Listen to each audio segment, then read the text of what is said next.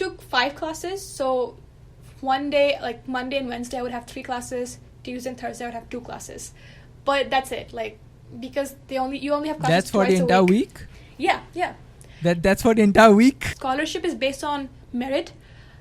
Aid is based on need. I think SAT preparation should start very early if you're not that great in test taking. Toilet paper.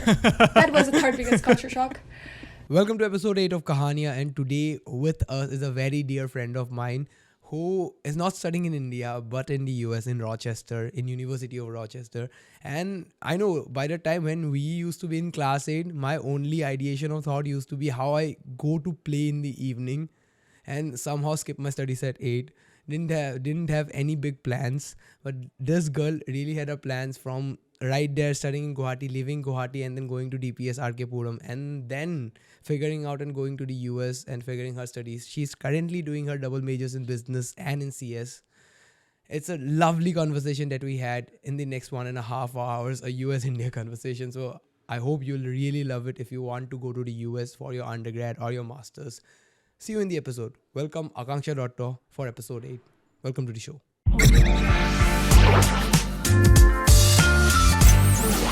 I know you from a text of a friend that a friend texted me with this fact that I wanted to go to the US. Not technically US. It was like I gave my JE and I was like, let's also have a backup. But I didn't know that getting into a university out there in India is more tough than right there inside here, because now you also have to research about writing everything and which exams you have to give, when the exams will be held, when do you apply for the forms, and then you also need I don't know all the related terms, but that you have a long procedure to follow. Entering into college, the first thing for the next 3 months I would ask is, what is that cultural shift you felt like coming from here, going from here to there?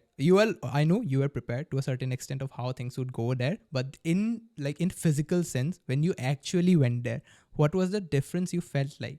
What I felt was, first, when I landed there, it was very sunny outside.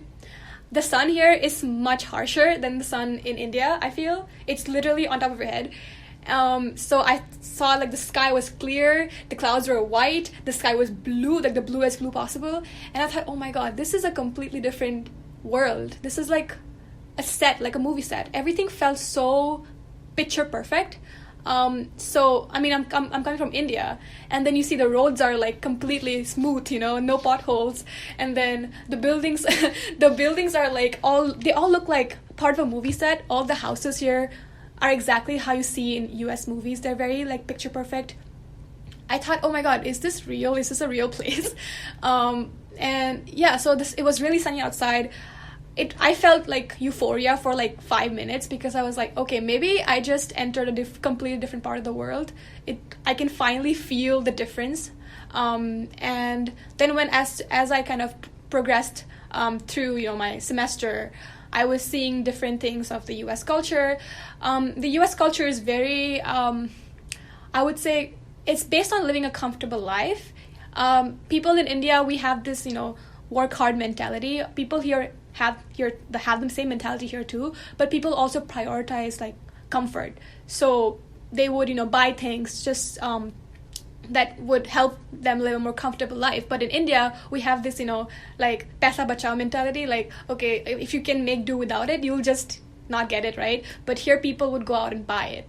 So you have that kind of comfortable lifestyle prioritization happening here. And then I would say people here are just so much more friendlier. I mean, everyone tries to smile at you, even if you don't know them. When I walk on the sidewalk and I see a stranger, they'll just nod at me and smile, which was the first. When I landed here, I was shocked. Why are they smiling at me? I don't even know you. Why are you smiling at me? So they're like, hi, how are you? And I thought, okay, they probably want to know how I am, but no, that's just a way of greeting. They're like, you just say hi, how are you back to them. That's how they greet. That's how we say hi, kaise ho. It's the same thing here, but you don't reply to the kaise. You just say, hi, aap kaise ho. You just reply back the question. Yeah, so that's how you reply to them. And people here are very, I would say, at least they try to appear happy. So everyone is kind of very positive. Obviously, we all face everyone's struggling in some way or other because of, like right now, inflation and the economy is kind of like struggling through everything. I think the entire world economy is struggling right now. But here it's just, I feel people try their best to, be positive, especially when you go to a supermarket. I think in India, because there's no, in India, when you go to a supermarket, the cashier will just check you out and then you go, right? Here, when you go there and the cashier will say, "Hi, how are you doing, ma'am?" I was like, why is she asking me? I don't even know you. Why are you asking me that? But that's just how they are. They just are trying to be friendly. They want to make a conversation. So, and people have this habit of talking about their lives, like, to strangers, which is, I think, good because then you can kind of connect with anyone and everyone on the street. So when I'm on an Uber, we are always talking about something or the other. So we'll talk about life, we'll talk about culture, we'll talk about food habits. Usually because I'm international, they would ask me, how I came here or how is experience here, and I'll ask questions back at them. It's very conversational. People try to connect with everyone, which is very different from what I've seen in India. People usually keep to themselves in India. They, when they're on the street, they just walk and they don't smile at anyone. If you smile at someone, they'll probably think you're a creep in India. But in the US, it's a pretty normal thing to do. That was the biggest cultural shock for me. And second, obviously, toilet paper. That was the third biggest culture shock. But that's it. Yeah, that was the third. It's still hard to adjust with toilet paper. When I came to India for the summer break, I was like, finally. Aram, yeah, like pani, I'm getting water in the toilet. Like that way, yeah, that's like, I think nothing can beat like water. Yeah, toilet paper is not, no. I'm just adjusting for the sake of college, but no, once I get my own home, anywhere, first thing I'll do is install a bidet, like the hand bidet, yeah. That's the first thing I need. Yeah.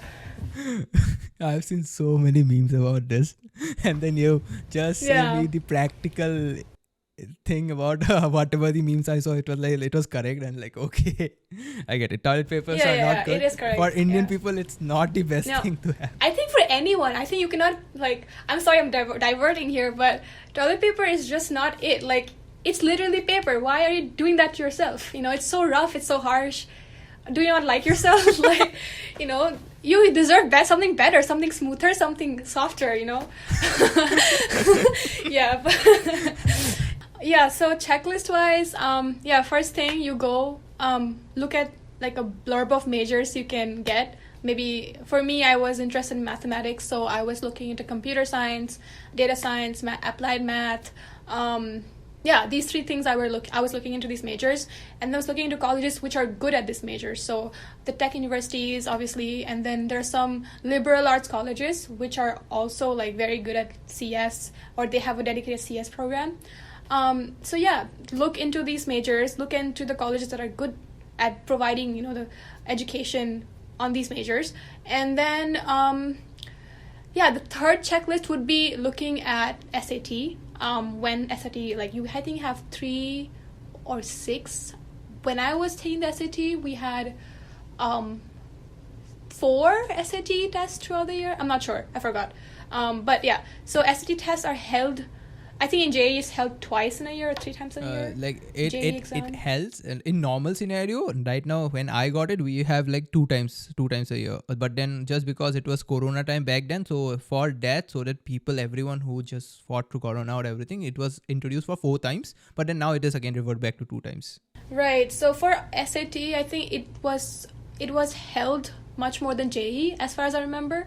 So yeah, you have loads of chances to, even if you don't get a good score the first time, you can do it as many times you want, which is another controversial issue here in the US, because then, if you can just afford to get tested again, you can just get tested as many times as you want, as long as you have the money for the test, right? But it's really expensive in India to take the SAT. I guess exactly. I think per test. I tried. Someone of my friend told me that I think you should register for SAT even before I asked you, and then I saw the price and I go, okay, it's a little costly. Bhai, yeah. It was really when I knew that bhai, I can't just go and kuch bhi like I cannot do that. I cannot just waste 10,000 rupees like that. So I had to study for it. I mean, you don't really have to study for it if you're in CBSE. What you're taught till 11th grade is already enough for the SAT, more than enough for the SAT. The SAT is very easy for an Indian student, I would say. If you know your 9th, 10th, and 11th grade math really well, it's literally a piece of cake. The English section was something very hard for, I think, any CBSE student I've heard. Everyone found it challenging. So it's very different. You have to know how to answer the questions, but more than that, you have to know how to pick up, infer anything from a passage. You have to understand how to tackle argumentation, because a lot of the comprehension passages you get are very long, usually taken from some research paper for the science section. So the reading section has like 5 passages, and 2 are from science or social science research papers, and then 1 is probably something humanities related. So you kind of get everything, humanities, social science, science, and then you have to know how to read papers in general, and then annotate the main points, and then in the questions they'll ask you something about the research paper, like that's not directly on there. You have to think about it a bit, and the choices are very confusing, so you really have to get it right, like very right. So that was the main thing about the SATs. So I think SAT preparation should start very early. If you're not that great in test taking, if you think your English is weak, you should get started, I think, 10th, 9th grade. Start reading papers, start reading newspapers. I would suggest picking up novels or research papers, like not like very advanced research papers. Anything that kind of explains a complex topic is good enough. And reading the Hindu newspaper was recommended to me a lot, because it's very advanced English for a normal person in India. So you kind of get exposed to that kind of language. Apart from SAT test, TOEFL is the English fluency test or proficiency test. For proficiency, I think it's doable for English speakers. But if you're not good at speaking English or not good at articulating your thoughts fast enough, it might be challenging. So practicing a bit your English speaking and writing would be helpful. Apart from the tests, I think application. I would always suggest getting started on application 10th or 11th grade. 10th grade if you really, really want to get into a very high-profile college. 11th grade is good enough. The essays are another beast, I would say, because, again, it's writing, and we don't have that kind of exposure to writing in general. We have exposure to maybe like writing a letter, writing an email on the board exams, but this is like writing an essay, which is actual essay. It's not just 3 paragraphs. We have this formula, right, in CBSE, like first paragraph introduction, second body, third conclusion or something. In the essays for US, you cannot be very robotic. You have to show your personality. That was the first thing you have to really take care. So you have prompts, 5 prompts on the Common App, which is basically the common application portal for most colleges. All the applications you apply, you submit for all the colleges will go to this portal. And the this Common App has 5 prompts for essays, and you can choose any prompt that you think best suits your essay. And then, you really have to try to get yourself on the paper. So you cannot just write a story about someone else. The story has to show who you are. So I've helped a lot of students with writing essays, brainstorming about essays. I would tell them, I would help them review and stuff. And everyone faces a problem, especially Indian students, like how to show who you are on a piece of paper, right? Which is really hard, because when we think of who we are as Indian students, it's very easy for us to think of our achievements. Like, that's who we are. I'm good at dance, I'm good at theater, I got first prize here, I got second prize here. That's who we are. But they don't want that. They don't care about what your achievements are or how this makes who you are. They want to know you as a person, what your values are, how you think, how you act. So having an event that shows all these qualities on you, of you, and you show that on paper, is how you go about writing an essay. So getting that down, maybe reading a couple of essays of other applicants, past applicants, would be helpful for anyone who's starting to look into colleges. And then, being very, very aware of deadlines. Every college has different deadlines for different things. I had an Excel sheet where I would put all the deadlines down and kind of take care of it. I think Notion is there now, so you can just open Notion, make a database, and keep track of deadlines like that. But yeah, you should be keeping track of deadlines, what kind of eligibility requirements they have for scholarships. Try to apply to scholarships, I would say. Do not think you won't get in, because sometimes you might get in. It's really, you cannot predict if you get it or not. So I would say just shoot for the stars and you'll land somewhere in a good place, That's the advice I have for the application process.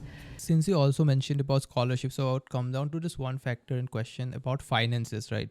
So there are three finances, like right there, I think there is one thing as tuition fee, which is the fee you give to college for your education. That is one. But apart from that, you also have you also require money for yourself, right? For the survival and for your hostel and for your food and everything. So what are the ways? First, you did it in a very good way, so that as you are from a middle class family, so how did you met your expectations of managing money? And secondly, how someone can, and how actually we see this in a lot of movies, right? I haven't experienced it practically, but we see it in a lot of movies that people do get their part-time jobs in maybe any form of places like McD's or Starbucks or etc. So how is this entire thing goes, right? And how difficult it is to get a job, or easy it is to get a job there, or how much time is it allocated for a student to actually work on a side job while having to maintain college? Right. So I think the people who do work in Starbucks and McDonald's, they're probably not from the US, because in US, the student visa specifically prohibits you from working off campus on an unrelated job. So if you're majoring in computer science, you could do internships related to your degree, but if you do something that's unrelated, you cannot do that. It's illegal. But if you want to work, I work on campus. I've been working on campus this first semester. I work as kind of like an assistant. I got promoted recently to I would say senior assistant. I do marketing for the electronic and for ECE, which is electrical and computer engineering department. So you can work on campus. If your campus is big enough, you probably have on-campus shops or cafes where you can work in. So we have a Starbucks here where people work, students work, and international students also work there. So for me, I knew that I have to get a job. I cannot not get a job, because tuition is one thing. Tuition also increases every year. So you know that you have to pay more than you paid last year. So knowing that means that you cannot have more expenses to add to your, budget. So for that, I really had to get a job. And then expenses-wise, I try to keep it low. I don't have much things to buy. Usually it's something related to like school or like lifestyle, I guess. But yeah, I think for a middle-class Indian, it's very important to get a job on campus. And the jobs on campus are competitive because everyone is trying to afford college. No one is, a lot of people are rich enough to just go to college without a job. But a lot of people who study here in the US are trying to afford college. So they take student loans. And on top of that, they also try to get jobs. So they're also competing with you. So you have to be your best self. You have to you can't just go and, put your application down, put your resume down and get a job. You have to show that you are capable of handling tough situations. So yeah, that's why when people want to come abroad, it's not just being smart academically. You have to be smart, like in like a common general sense as well. You have to know how to carry yourself, have good social skills.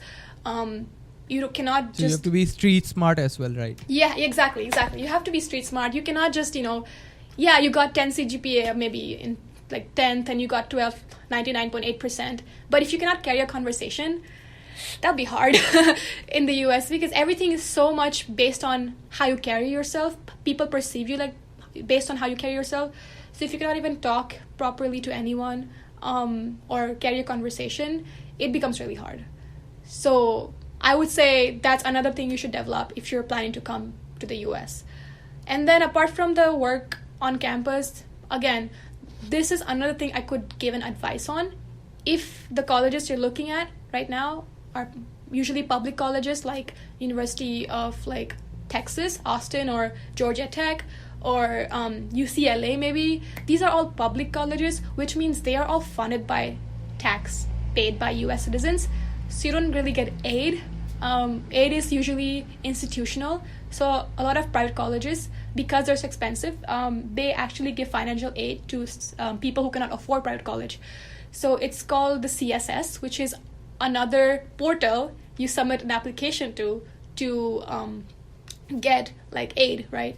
So a lot of private colleges participate in the CSS. So I would say if you know that you would require some help financially, second thing you should do is look up the colleges on the CSS who participate in CSS and then apply to private colleges too. Don't just get scared of the big price, because that's the price without any aid. You can get aid, and the aid is not based on merit, it's based on need. So if you cannot afford, they will try to cover the cost you cannot afford, and you just pay what part you can afford, right? So that's the second thing I would say. And third, be mindful of expenses. I will interrupt you in between with this one question. So I'm having a little confusion to clear me this thing. Aid is scholarship, or aid is a different thing other than scholarship? One thing. Second, what when you say public means in Indian terms a government college, and private means a private college itself. Is that it is? Yeah, exactly. Yeah. So think of like public colleges as like colleges that are funded by the state. So like we have, Guwahati University or like IITs. I guess they're all public colleges in a way if you think about it. And private colleges would be something like Ashoka or Shiv Nadar maybe in India. Same way we have like public colleges and private colleges. But unlike India, even the private colleges are good enough in US, like Harvard, MIT, they're all private colleges. So that's why they're able to afford, giving aid to students, because they have a huge endowment, which is basically donations from alumni, donations from other maybe billionaires or stuff. So a lot of colleges have big private colleges have a very big endowment. Our college has $3 billion in endowment, so they can afford to give, financial aid to people in need like me. But so. And what else did you ask again? The second question, I feel I asked you about the scholarship finances. So scholarship is merit-based. Scholarship is based on merit. Aid is based on need. So merit-based scholarships or merit-based aid, like we say, merit-based aid is based on, your, I would say, achievements or academics. Need-based aid is based on need. So if you cannot cover 80% of your tuition, and if you're a good enough student to be eligible for this amount of money, think of it like having some need kind of is a disadvantage, because again, why would anyone give money to you if there is a student who is of same caliber and who can pay the money, right? So you really have to be, I would say, exceptional to qualify for a very big amount of aid. So for me, I knew I needed aid, so I cannot just apply to MIT, because then I'm competing with a lot of people who want aid as well, and MIT already is very competitive, right? So now the aid factor makes it even harder for me to get in, because there could be people who have the same qualifications as me, but they can pay the cost. So looking at aid and then targeting those colleges where you have a good chance of getting in and also getting aid from is what should be important for anyone with financial need. Now that I got the difference between an aid and a scholarship, it is different. And now coming on to this, till now we haven't revealed the college that you study. So you study in Rochester, right? So tell me first in general terms about how, I will say about my terms as well, because I want to make this comparison not from the perspective of looking it down from ourselves of how Indian colleges are or something, but just in general sense for people to know that colleges in US and in India are very different. And I only got to know this in very deeper sense yesterday when I had a conversation with her. So I would like to share this as well. But yes, coming on to the point, tell me how is the routine of, how the semesters in your college looks like, or in general a US college looks like? Because coming on to our side, it is like fixed.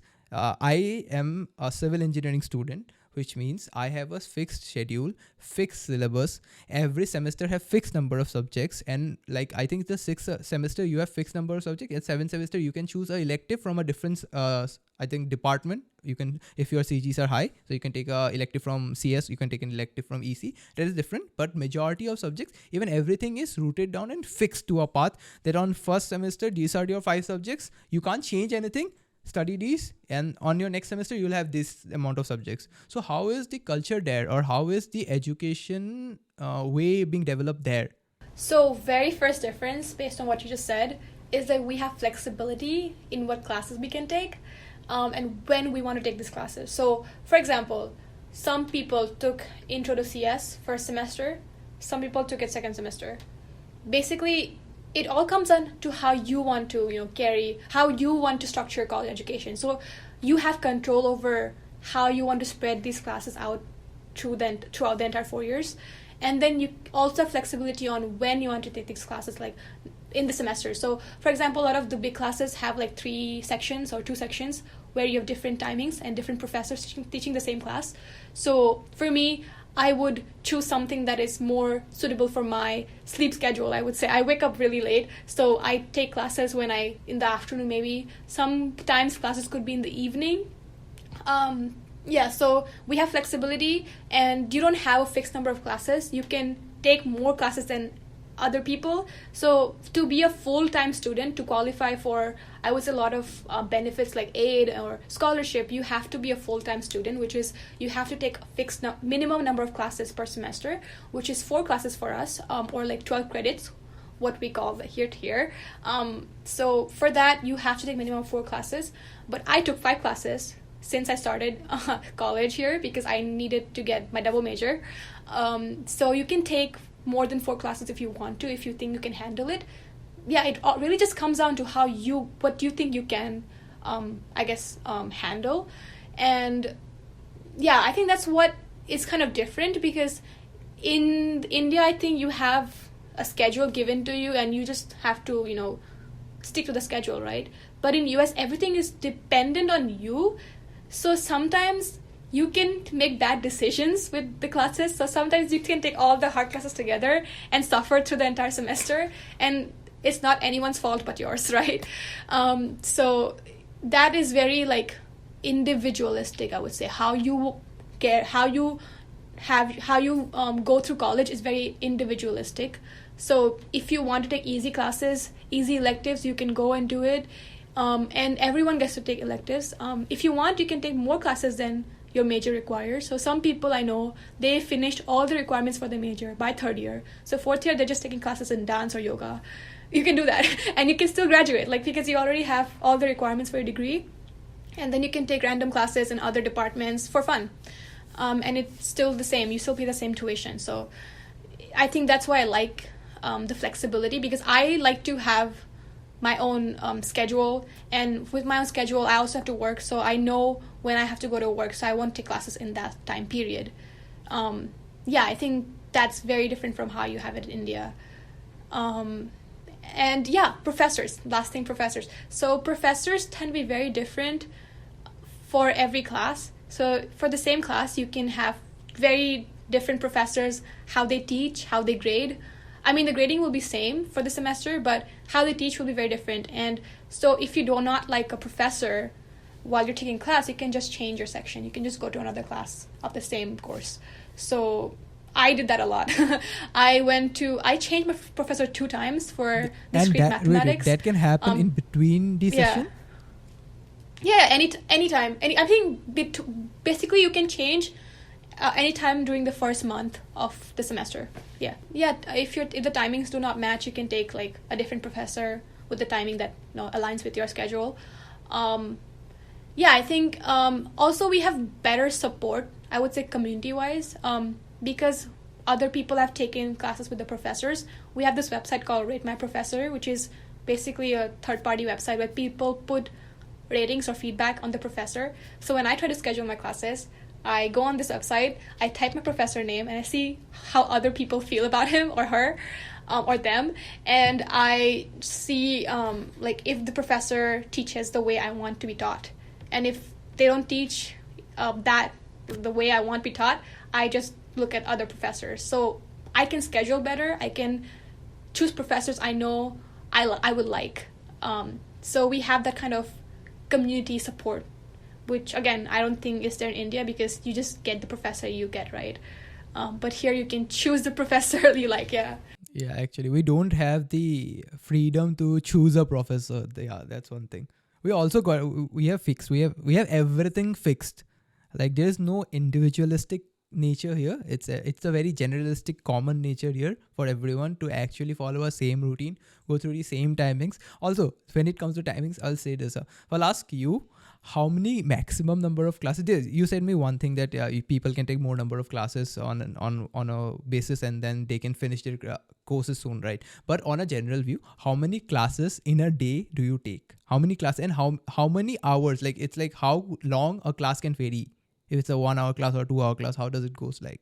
So every 4 credit class. So every 4 credit is like a normal amount of credits, which is basically a full-time class, I would call it, because a 4 credit class in my college is 1 hour 15 minutes long. One lecture is and you have 2 lectures throughout the week. So, and they're alternate days. So Monday, Wednesday would be the lecture at the same time, 1 hour 15 minutes, and it could have workshops or labs if you're in a science major like biology or chemistry, and that is like the normal amount of time the lectures will take. And then apart from that, you can obviously have homework. So people usually count the time you take to do homework or classwork into the credits. So when you say something is 4 credits, it means it will take like 30 hours, or not 30 hours, like 20 hours per week to do classwork, like not just lectures but also homework and classwork.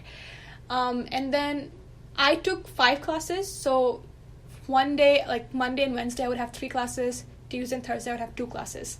But that's it, like, because you only have classes. That's for the entire week? Yeah.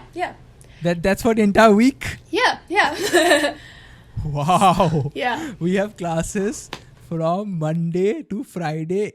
Last semester we had till Saturday, but Monday to Friday, morning 8 a.m. to evening 6 p.m. Yeah, no, so thank you. 1 hour break in between. Yeah, so for us, I think, yeah.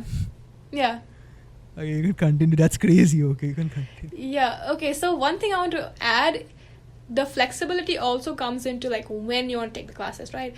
Let's say you do not want to spend your Friday in a single class, right? So sometimes you'll have workshops, like there's one workshop throughout the week. So this workshop, it could be on any day, Monday, Wednesday, Thursday, Friday. And if you want, you can have no classes on Friday. So that depends on how you schedule it. I have all my workshops at the very, like the last day I would have it on Thursday evening, but I would never put it on Friday because I want to have a free day on Friday, right?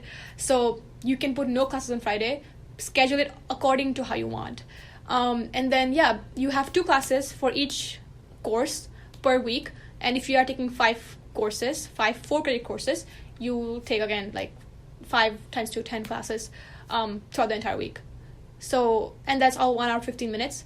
And then you have break in between, like depending on how you schedule again. Some people I know would put back-to-back classes, like 3 hours or 4 hours of straight classes, and they're done with the classes for the day.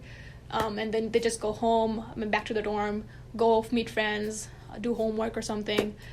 So I think that's because it's so individualistic. You can just choose how you want to spend your week, basically. So it also means that college can be very different for same people, right?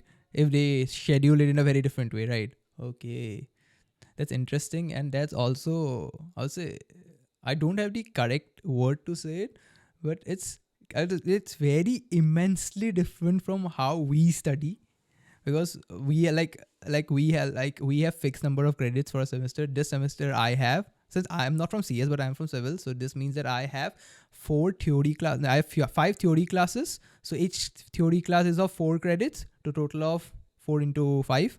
That's 20. Also, I have 4 labs, which means each lab is 2 credit, which means 2 into 4 again.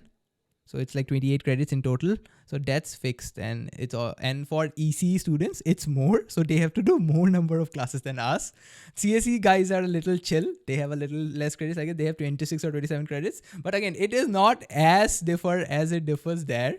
And also this one thing, right? Here we have engineering colleges. Here in engineering colleges, you don't really have. So you don't really get the flexibility of choosing subjects of humanities and subjects of dance or this or that, right? You can only pursue them if you have passion. You can do it in your free time, learning it from YouTube or learning it from your friends or seniors. That's the only way you can do it.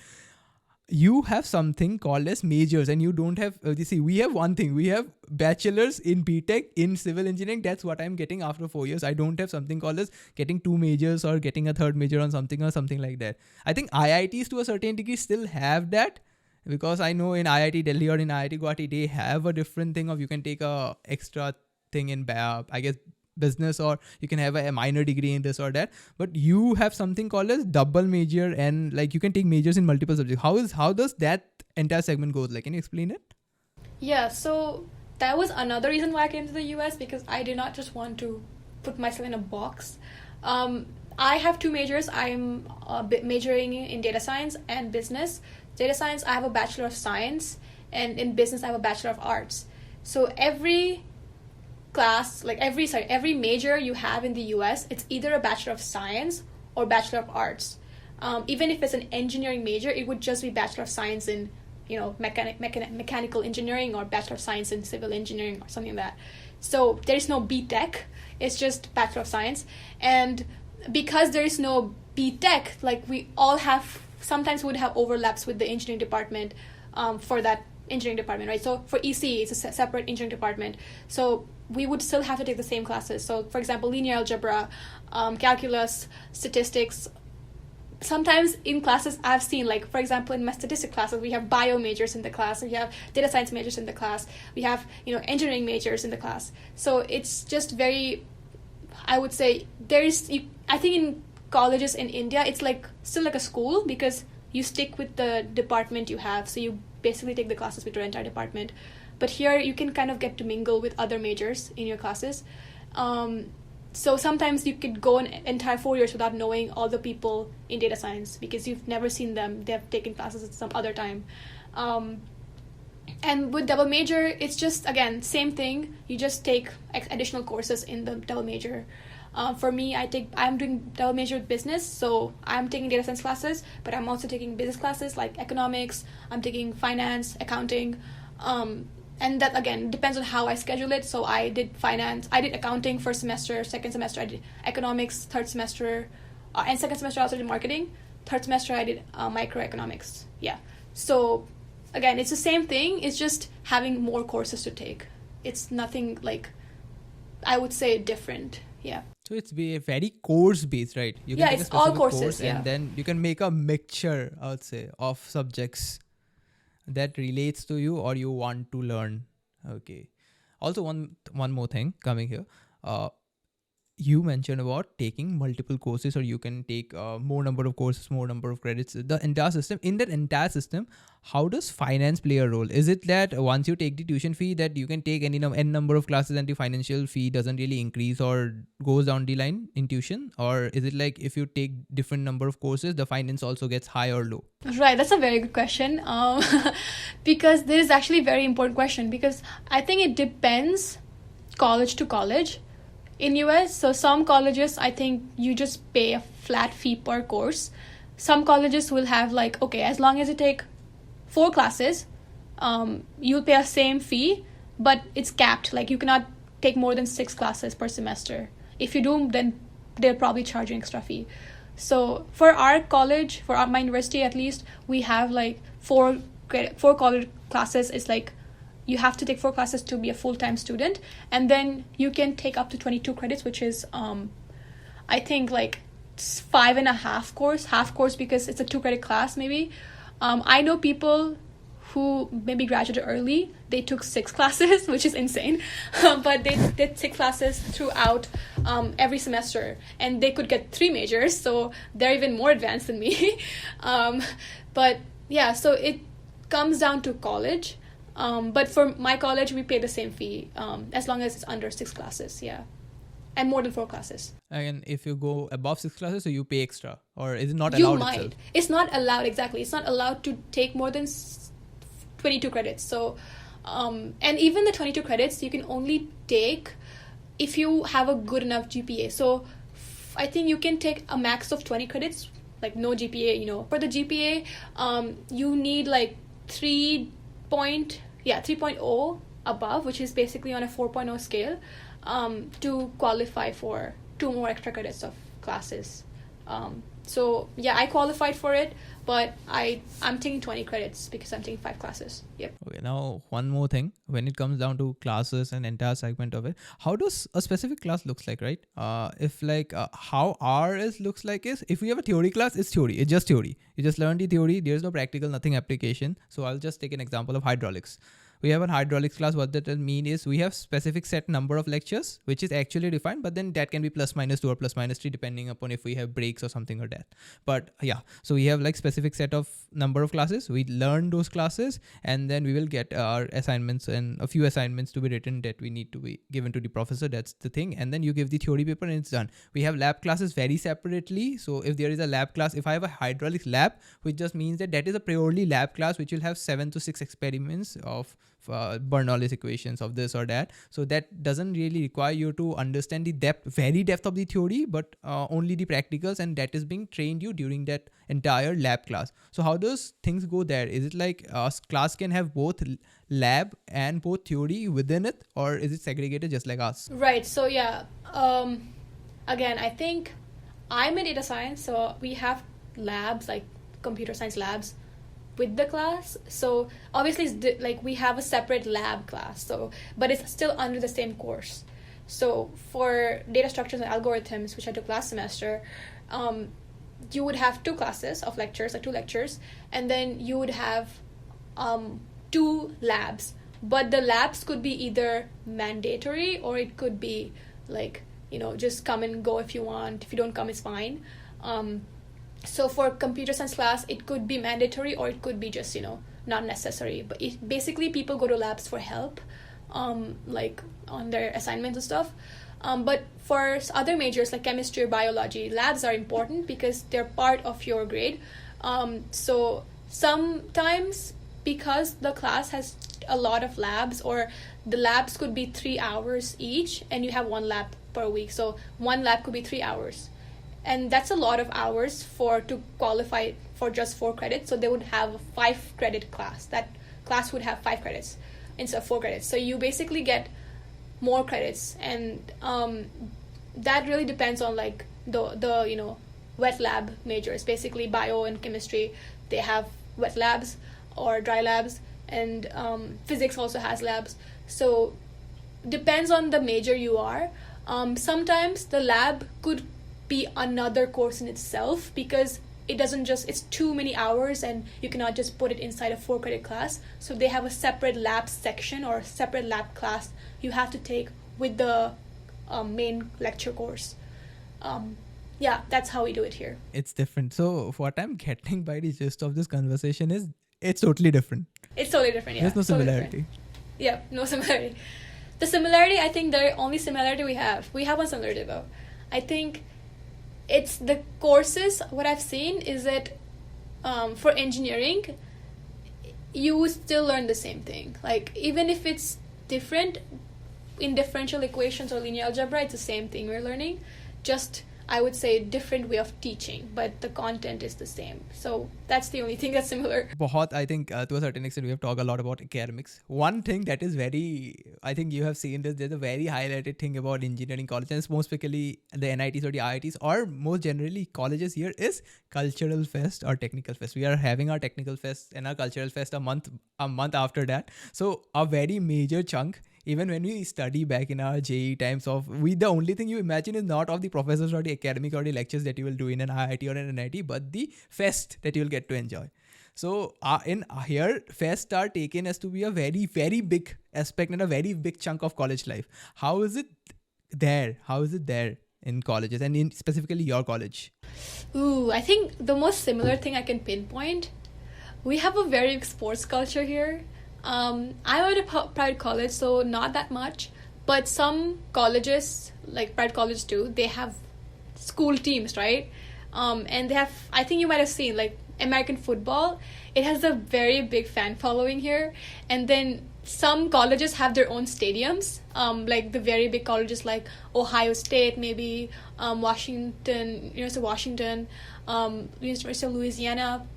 Yeah, these colleges have their own stadiums. Like these are big stadiums, like where you can play football.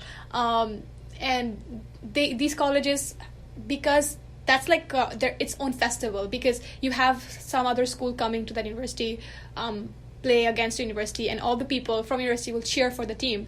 So, and with that, there will be like stalls outside, food, soda, cold drinks. Some people would even get alcohol from somewhere maybe, but it's like a whole thing going on here. It's like the sports culture is very big. It's part of, it's very festival-like, but our university, we don't have that big a sports culture, because it's a Division 3 college. Basically, all sports here could be Division 1, Division 2, or Division 3. Can you just explain me what does these divisions mean? Exactly. Division is like the level of sports, how involved is the university with sports, basically. So D1 is like Harvard, right? Or it could be a college like University of Louisiana or University of Washington. So like these colleges fund a lot, like they put a lot of money into their sports, and a lot of D1 athletes are like very top athletes, right, in the entire nation, top student athletes, and they get recruited by the university to play for the university, and I think they get like discounts in tuition or something, like get benefits basically. And we are D3, so it's like not that much funding into sports, but it's still there. But we are more academic plus sports focused. So so depending on how much the colleges fund the sports, is they get a division. And D1 colleges obviously have stadiums in their campus, so they have their own, every time a team plays with their college, there's a whole festival going on in there. Apart from that, we have college specific spirit weeks. So spirit is basically, college, क्या बोलते हैं इसको? College, I would say college patriotism, okay? That's the only thing I can put, college patriotism, because it's like, okay, University of Rochester, like, yeah, and like, it's like a whole thing, So you have like college mascots. So every college has its own mascot. And the mascot would someone would dress up as a mascot. You have like food, drinks, dance, happening. It's like a cultural fest, I would say. But it, again, depends on college. So our college has it, maybe we have multiple spirit weeks. So one is called Dandelion, D-Day, Dandelion Day. And then we have other things called Meliora Weekend. So we have many cultural fests. But I think IITs have a very bigger scale cultural fest where other colleges also come, maybe. I think other students also come, maybe. That's what I know. Yeah, so in our culture fest, obviously only students are allowed. So students from the college. So it's, but I think public colleges, like the big public colleges, they probably have bigger cultural fests. And because they're public, so anyone can come and go, which makes it dangerous sometimes in the US, if you know what I'm talking about. There are a lot of gun violence. But usually cultural fest is very university centric. Yeah. Coming on to the main topic again, let's talk about since we have a little less time right now, and so I will ask you a few more set of questions, and then we will conclude it. First and foremost being academics, cultural fest, SATs, everything done. But now when actually living in college, what is the actual ways of living? Because here we have just one way. We live away from our home. We have to live in our hostel, or you take a PG, but that is rarely possible because we live outside of the main city. So you don't get PGs here. So we live in a hostel. We have a mess food that's available. And if you don't like it, you can ditch and have your Swiggy or Zomato or whatever the thing is. How is there, you have something called as a dorm culture as far as I know, but other than that, what are the other ways in which a student, maybe international or maybe a student from the States itself, how do they live? Right. So depending on where you live, so if you are from the city itself, from Rochester for us, you would just go back home, right, after classes. But if you're not from here, you would stay on campus in hostels or dorms in US. And you have like, the dorms could be very different. It could be one room, it could be an apartment, it could be anything depending on like I live in a suite right now with 5 other suite mates, so we all have single rooms, but it's like an apartment. As you can see, I'm in my suite. So we live here, but you can have kitchens in your suite, or you can have communal kitchens where, you know, it's like a shared kitchen between the entire building. We have dining halls, so messes, I think. Is it open 24/7 in NIT? No, it's not open 24/7. It's open in this. We have fixed timings, okay? We have fixed timings for our lunch, our breakfast, and our dinner. And if you get late, then you have to again wait for the canteen to have it. Right. So for us, similar, because again, we are private college, so we don't have 24/7 dining. We have specific hours, but we have multiple dining halls. So we have 2 dining halls, and they serve different kinds of food. So if you are into Asian food, you can go to Danforth, which has like Asian fusion. I like Danforth more, but Douglas also has American style food. So depending on what you feel, what you want to eat today, you can go to one of the dining halls. We also have a separate, I would not call it a dining hall, it's like a pit. We call it the pit, which is basically, you have different local stores or local suppliers. They just they sell their food there, but you can use your university money. So basically you get like you can put prepaid money into a card, and you can just swipe it, and you can get food from the pit or anything that takes the prepaid money. I go to the pit because it's open till 11 p.m. So that is one thing nice about the university here, that it opens at 11 a.m. and it closes at 11 p.m. for the pit. So you can get almost 12 hours of open food. You can go there if you're hungry at 6 p.m. or 3 p.m. Dining halls have more restricted hours. So depending on... Wait. Just give me a second. I'll just like to make a comparison. Yeah. So dining hall is like a mess. What is a pit? Pit is like a canteen. Yeah, think of it like canteen, but alag stores hai. So you have we have different Subway kind of stores. Like Subway, you would have something. We have our own regional Rochester specific stores. So we kind of try to support small businesses here. So these small businesses have also set up mini stores inside the pit, so you can go and eat your food using the prepaid money that you put into your university ID card. And also about this prepaid money, so is it cut from the tuition fee, or it's an extra fee that you pay? It's basically an extra fee you pay on top of tuition. So tuition itself is just one part of the cost, which is another big part, because tuition is one part, then you pay other costs like international fee or mailbox fee or I don't know, orientation fee or something, right? So, and then you also have this meal plan, which you pay part of the either prepaid money, or you get fixed number of swipes. So here we get the meal plans could have 150 swipes per semester, so you can swipe your card in any dining hall 150 times for a meal, or you can just get prepaid money into your card and just swipe it anywhere. Okay, so tuition is just that. Tuition just covers your tuition. Yeah, tuition just covers your tuition. Right. Yeah.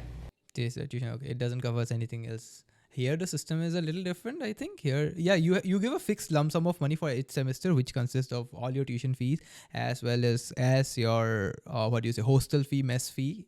Yeah, so it's a entire fee you pay for us. It's semester wise. It's not for a 4 years or 1 year you pay. It's every semester you have to vary it. It varies a little bit depending upon how the inflation is or the prices are. But it doesn't vary that much because it's a government college. It's more in the private colleges.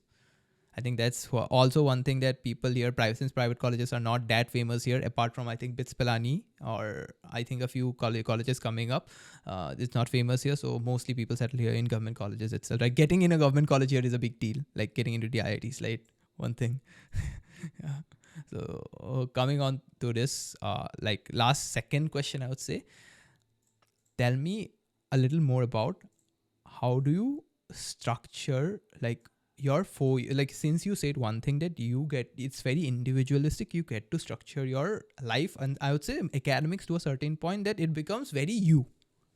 So if you want to, you wake up at 11, so you want a class at 12, you can do that. So everything depends upon you. So how do you actually, since this is very you now, it also brings this important, I would say, responsibility among you, that you have to actually understand how can I structure everything in such a unique or a better way that it helps me in the next 4 years. And I think your course is a 4-year course. Answer me it along in the answer only. So yeah, this, and how do you actually structure it for the next 4 years in a very optimized way, such that resources are being used to its most optimal performance, and at the same time you get, since your purpose of getting outside India was to get the best quality of education possible at the lowest price, I would say, to a certain degree.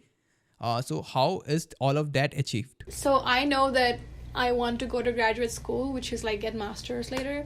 And for that, you need a good GPA. So I know that I cannot just put all the, hard classes in one semester. So I try to structure it in a way that is, I think is doable for me to, work hard on every class and still get a good grade. So I have a 4-year plan. I'm very, I would say, I'm very future oriented. I try to have goals for every year, like what I want to do, till like a 10-year mark. So 4 year for my entire college career, like college year, 4 years of college, I have like a Notion database set up where I have all the classes I want to take each semester, and then what professors I want to take it with. So it comes down to how well you plan. I know people who might not, who might just do it like YOLO, like take whatever you want, do whatever classes you can get for the semester. I like to have it very structured because I don't want to panic later. So I have like 5 classes some semester. If one class is easier, I would take 4 classes if all the classes are hard. Next semester I'm taking 4 classes because all the classes are very technical. So it depends on who you are as a person. If you can take technical classes the entire semester, you can do that. You can do it if you want to. I like to have some variety in my classes. Like I would take business class with other data science classes. Apart from that, what else did you ask again? So sorry. Yeah, it's fine, totally fine. Also, I have another question in my mind right now, but I'll ask you the last part of the question. It was like, since you have to plan your entire 4 years, because here you don't have to plan, you have to just attend. But there you have to actually plan to actually execute stuff the way you want to do it in a very optimized manner, right? For international students, it has to be because you have limited resource because you are not in your country but outside your country. So how do you actually structure it? Like, is it that after every semester you get a time frame where you can choose your subjects and things like that, or for the next 4 years? Because something like if you're entering 2027, if you're entering in 2027, so for the next 4 years you have to plan it before itself, that I will take this class in this semester, this class in this semester, this professor and this that. So how does that goes? Okay, so registration, right? So registration happens every semester. So for the next semester our registration happened November, and then for spring you have it, basically you have course registration mid-semester of the previous semester. So so you can decide, like you can change things last minute and you get time to drop or add new courses. So I have time till January, the end of January, to add more courses to the semester, next semester, or I could drop a course, or I could swap a courses, or swap sections, or change professors. So it's per semester you get options. I have it structured because I just don't want to panic later. But it could depend. Okay, got it. And with that, well, since we have a little less time, someday, I don't know when does day come, but if you are present in Assam, right, that after 2, 3, 4 years, and we can have a physical podcast, that would be lovely because of all this internet issue that we are having right now. But yeah, taking that as a bucket list for the next couple of years coming by. And most importantly, last question I have for you, not a question, but I think since this podcast would be listened by people, there are 2 categories of people. One, who are there right now in the college and who may want to go to foreign education after their BTech or their bachelor's degree or their undergrad degree. And secondly, people who are in their 9th, 10th, 11th or 12th, who are figuring out what do I need to choose? How many options do I have available in my pocket? And maybe after watching this video, they have another set of options available, which they didn't even knew before. So for all of them, 2 things. One, for all, if there are any specific resources, do share it to me. I will share it them, write down in the link in the description. And secondly, what is there one set of list of things you would like to say to this two categories of people? One who is already in their college and want to go in foreign education or for their graduation, and secondly, one who are trying to get into the undergrad itself. So for people who are trying to, you said undergrad masters, right? Or nine? Yeah. Okay. So for undergrad, again, the way I took, I think it's pretty reliable. I didn't panic a lot because I had a structure that I knew to take for next 5 or 6 years. If you're doing it like end of 10th grade, you're like, okay, mujhe bahar jana hai.